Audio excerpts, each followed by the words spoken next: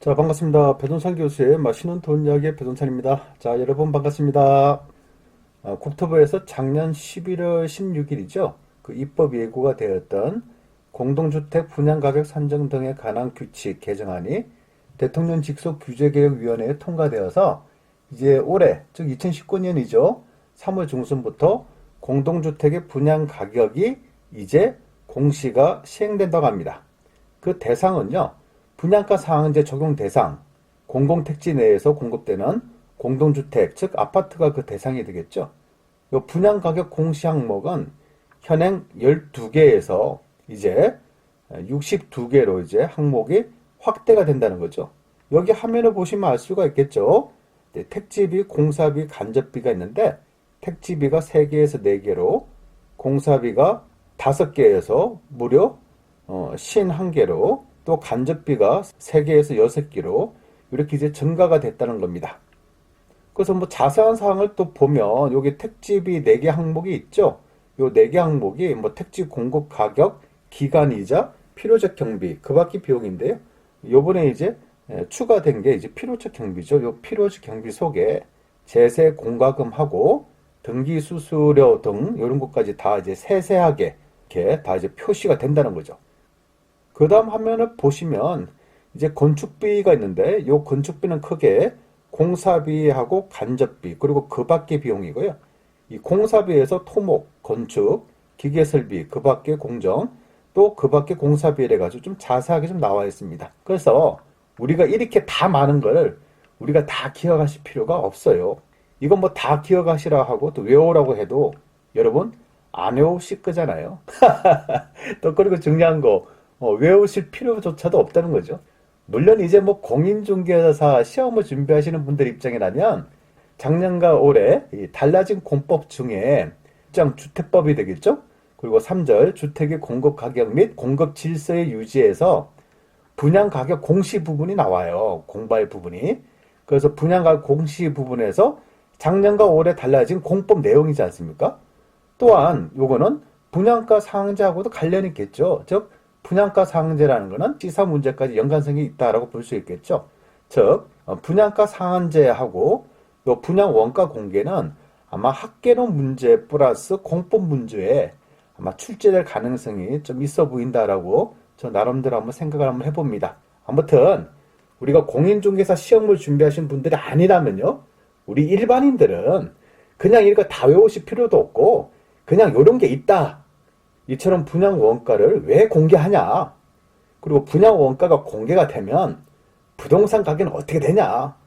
이것만 알고 계시면 돼요. 자, 그러면 먼저 다음 화면을 한번 보도록 하겠습니다. 공공주택 분양가격 공시의 목적은요. 첫째는 분양가 지속 상승을 억제하는 거죠. 두 번째는 투명성 증가로 비자금을 방지하는 거고 세 번째는 분양가를 낮추는 효과. 이렇게 세 가지 효과가 있다라고 볼 수가 있겠고요. 그 첫 번째로 보면 분양가가 계속 오르고 있죠. 지금 뭐 분양가 상한제를 풀어주니까 분양 가격은 지속적으로 올라가고 있어요. 그럼 이처럼 분양 가격이 계속 오르면 기존에 있는 아파트 가격이 오르겠죠. 그러면 부동산 가격이 급등을 하겠죠. 그럼 부동산 가격이 급등을 하면 서민들이 내 집 마련을 할 수가 없게 되는 거죠. 그 다음에 이 부동산 투자가 부동산 투기가 되는 거죠. 그러면 열심히 일을 하는 사람들 입장에서는 상대적인 박탈감을 느끼게 되겠죠. 그러면 또 사회적 문제가 되지 않겠습니까? 그렇기 때문에 분양 가격이 지속적으로 상승하는 것을 어느 정도는 억제하기 위해서 공공주택 분양 가격을 공시하는 거다. 그리고 투명성 증가로 비자금 방지한다. 뭐 당연한 거고요. 이런 식으로 하다 보면 분양 가격이 낮춰질 수밖에 없다는 거죠. 그래서 결론적으로 이렇게 공공주택 분양 가격 공시를 하게 되면 어떤 효과가 있냐라고 하면 무주택 서민들이 내 집 마련을 할 기회가 온다는 거예요. 즉 분양 가격을 낮출 수밖에 없겠죠. 건설회사 입장에서는. 그러면 집 없는 사람들 입장에서는 뭐다? 분양받는 게 유리할 수 있다는 거죠. 분양 가격이 한 평당 분양 가격이 2천만 원이면 이렇게 분양 원가를 공개하다 보니까 건설회사 입장에서는 높게 책정된 그런 공사 비용들을 조금이라도 좀 축소할 수밖에 없지 않겠습니까? 그러다 보면 자연스럽게 분양 가격이 낮아지는 거죠. 그러면 집 없는 무주택자 입장에서는 저렴하게 뭐 할 수 있다? 아파트를 분양받을 수 있다는 거예요.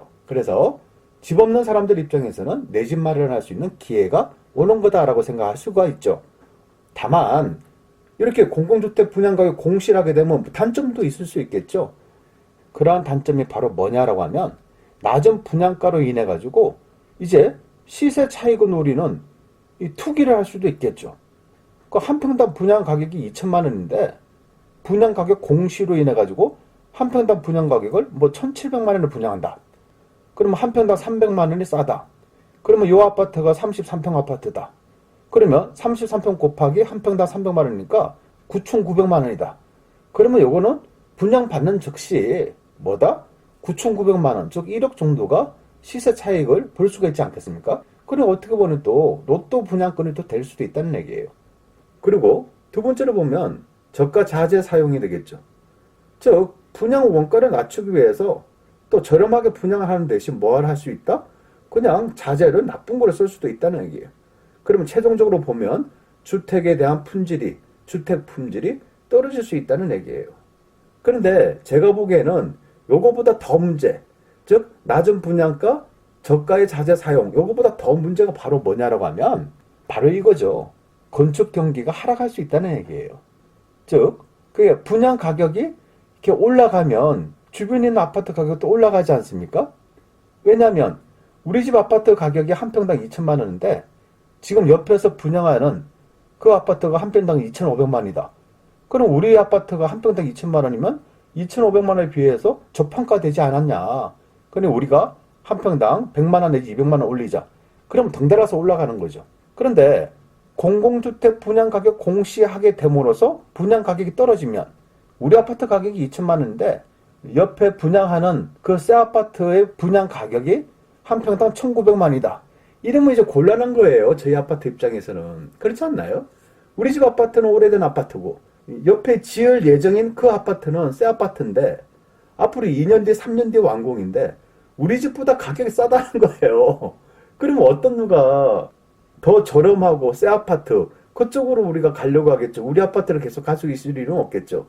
그러다 보니까 자연스럽게 공공주택 분양가격 공시로 인해서 분양가격이 떨어지면 아파트 가격도 하락할 가능성이 많다라고 볼 수가 있겠죠. 그러면 건설 경기가 또 침체된다라고 말씀드릴 수 있을 것 같고요. 최종적으로 보면 주택 공급이 자연스럽게 축소가 될 수 있어요. 왜?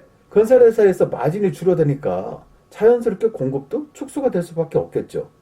그래서 이런 단점도 발생이 될 수 있다는 얘기예요. 그러면 과거 정부의 분양 원가 공개는 어떻게 되었을까요? 먼저 노무현 정권 때죠. 공공주택 61개, 민간주택 7개 항목에 대해서 분양 원가 공개를 시행을 했고요.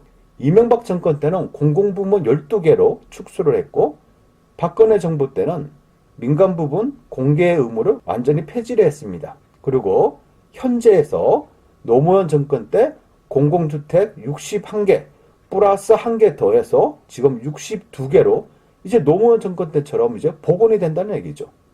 그러면 요것만 봐서는 또 우리가 이게 뭔지 뭐 아무 생각이 없지 않습니까? 그냥 요렇게 했다, 과거 정부는 요렇게 했다, 요거 까지지 않습니까? 그래서 요런 걸 저는 그냥 단편적인 뉴스다. 또 요런 거는 단편적인 결과다. 그런데 요런 거 가지고 여러분이 부동산에 대한 공부가 되기가 어렵다는 얘기예요. 그래서 요거 말고 또 한 가지로 첨부가 될 때 여러분이 진짜 부동산 공부가 될 수가 있다는 겁니다. 그것은 바로 뭐냐라고 하면 그 당시에 부동산 시장이 어떠했냐. 그걸 여러분이 눈여겨보셔야 된다는 얘기예요. 이 화면을 보시면 그 당시에 부동산의 흐름입니다.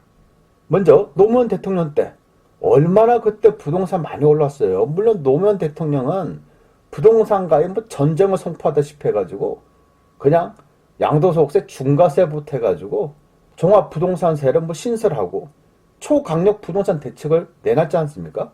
그런데 중요한 거는 노무현 정권 때 이후부터 이 아파트 분양 가격이 평상시에 한 평당 300만 원 하는 분양하는 아파트들이 이게 한 평당 350만 원 분양하고 400만 원을 분양하고 500만 원을 분양하고 결론은 뭐 600만 원, 700만 원 이런 식으로 분양 가격이 거의 뭐 2배 가까이 상승했지 않습니까? 따라서 노무현 정권 때 공공주택은 61개, 민간주택은 7개 항목에 대해서 뭐 한다? 분양 가격을 공시해라. 즉 원가를 공개하라 이렇게 나온 거죠. 이제 그 다음에 이명박 정권입니다. 부동산 경기 나빴잖아요. 부동산 경기가 재미가 없었어요. 그러니까 뭐하다? 이제 공공 부분은 61개에서 12개로 이제 축소가 된 거 아닙니까? 그리고 이명박 정권 때는 부동산 경기를 살리기 위해서 노력을 했잖아요. 그래도 별로 안 살아났어요. 그 이후 박근혜 정부가 들었어도 건설 경기가 안 좋았지 않습니까? 그러니까 아예 그냥 분양 원가 공개를 민간 부분에 대해서는 공개 의무를 완전 폐지해버린 거예요. 민간 부분은 아예 분양 원가 공개도 하지 않아도 된다. 그냥 폐지. 왜냐? 부동산 경기가 불황이었으니까. 그런 여파로 해가지고 현재는 뭐다? 부동산 경기가 확 살아났지 않습니까?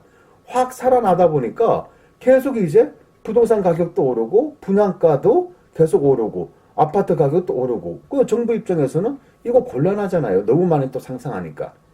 그러니까 지금 정부에서는 또 당연히 예전에 했던 것처럼 노무현 정부 때 한 것처럼 공공주택에 대해서 다시 62개를 분양 원가를 공개하는 이런 또 정책이 나왔다라고 볼 수가 있겠죠.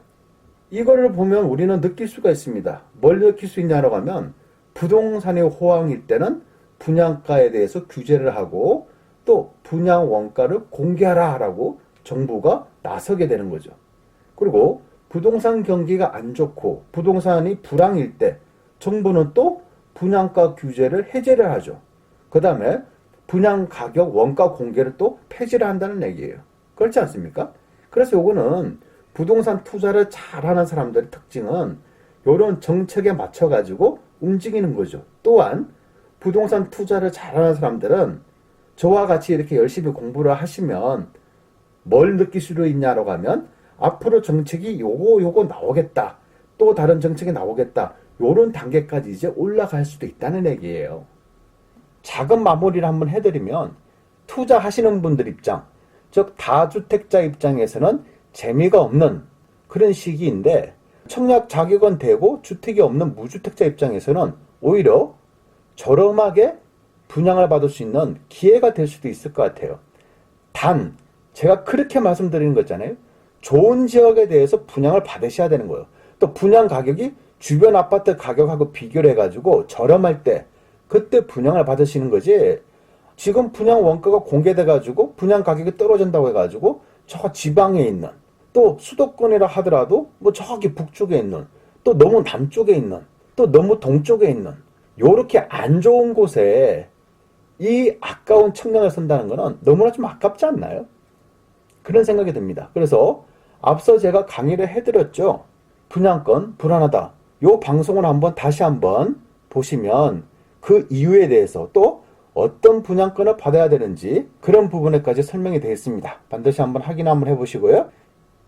이상까지 배종찬 교수의 맛있는 도움이었습니다. 감사합니다.